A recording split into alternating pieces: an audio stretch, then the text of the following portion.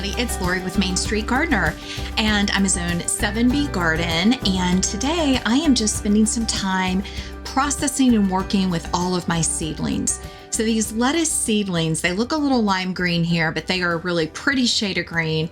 This is a mix of some lettuce heads, some romaine, and I just wanted to go ahead and get them out in my new raised bed and hope that they will grow a little bit faster there. Now, the next thing I'm working on today, these are snapdragon seeds, and I have several trays of them. Now, it's a good idea once your snapdragons have at least 2 sets of leaves, so double leaves. So you'll have 2 at the bottom, and then there's a second set.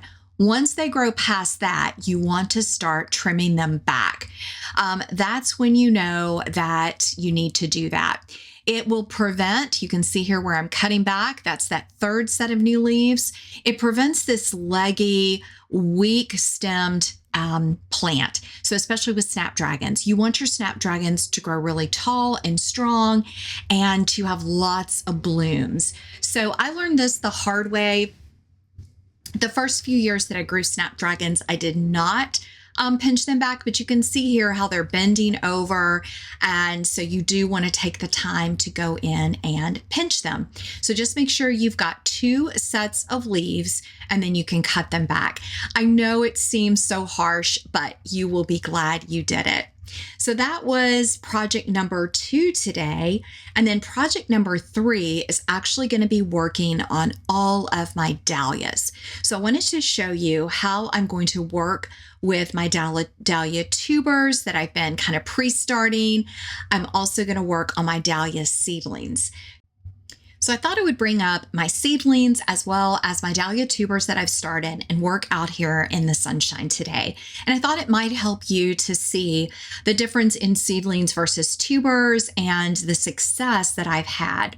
So right here, you'll see I have 3 trays of dahlia seedlings at different stages, as well as some tubers that I pre-sprouted. So I like to take a large tray, just fill it with some soil. You can use seed starting mix or potting soil. It really doesn't matter. And then I just set the tubers in the soil and put them in a warm spot. So for me, I actually put these under some grow lights, and they have now started developing their green foliage. So as soon as you see some sprouts like this one, you know you have a viable tuber. Now, this is a tuber that I could probably even cut apart, but I didn't see any other eyes. So I'm just going to keep the entire tuber intact. So because I'm in a zone 7B, I have found that my best results for my dahlias and to get blooms from really mid-June through September is I like to, once they've pre-sprouted, I put those and plant them up into containers. Then I keep them under grow lights or in a really warm, sunny window. I keep them there until around Mother's Day when I can then plant them out in the garden. They will start growing and I will already have a couple sets of leaves when I put them outdoors.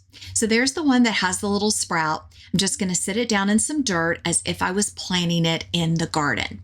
Now, most of the time you want to put your tubers on the side, but this one, the little start is growing straight up. So I'm going to put it in just like this. Now I'm just adding some dirt all around it. And I leave the little bit of the stem sticking out and a little bit of that green tip. That's just the way I do it. And then I will water this just a little bit. I'll probably only water it weekly, and it's going to go back into the sunshine.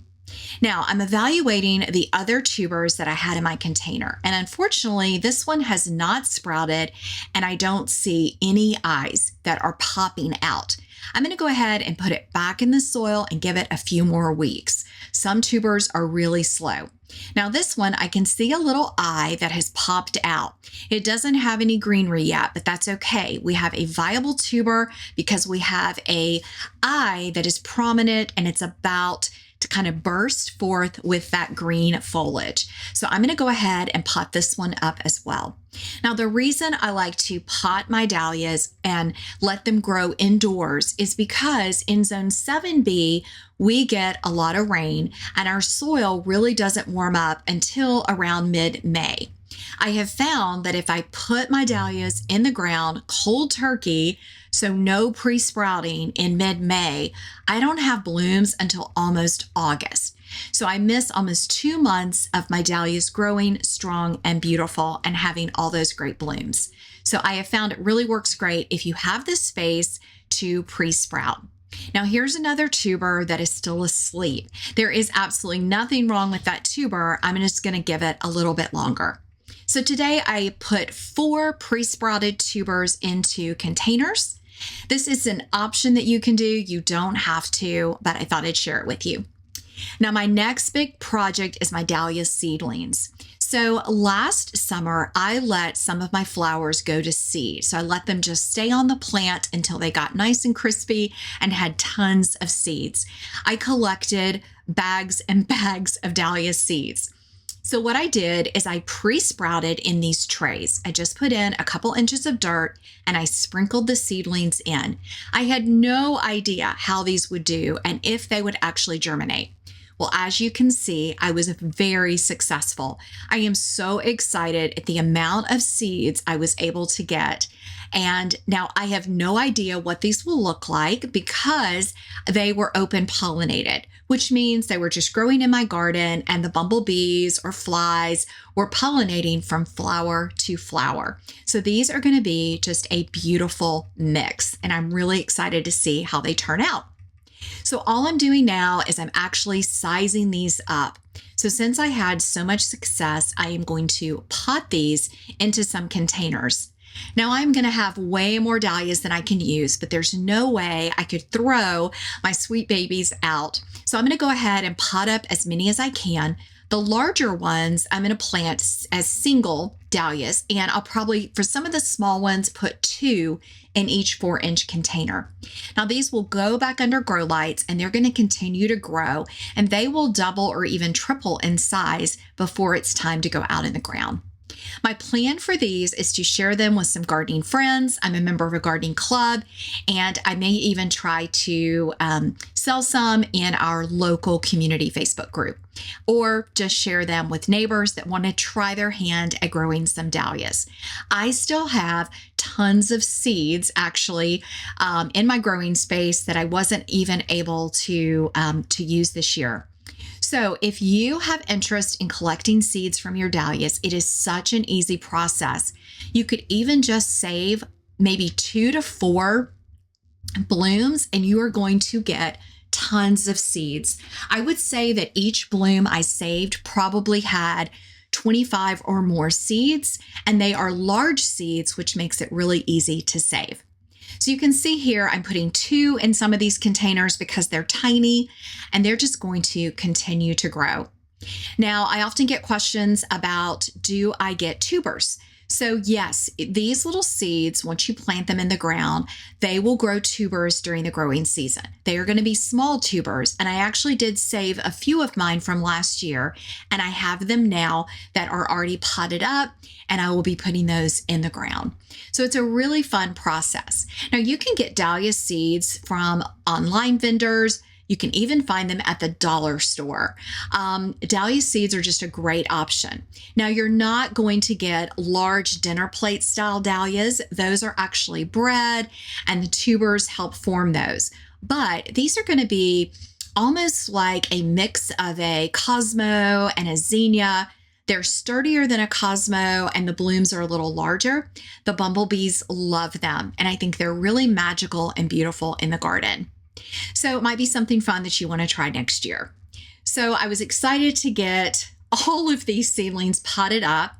Now I still had a ton left, and so I just took a large tray and spread out the baby seedlings to let them grow. I think I'm going to get some 6-packs and put some of those starts in there so that I can give them away to some friends again and neighbors. So a very fun project, but I definitely got more than I had expected.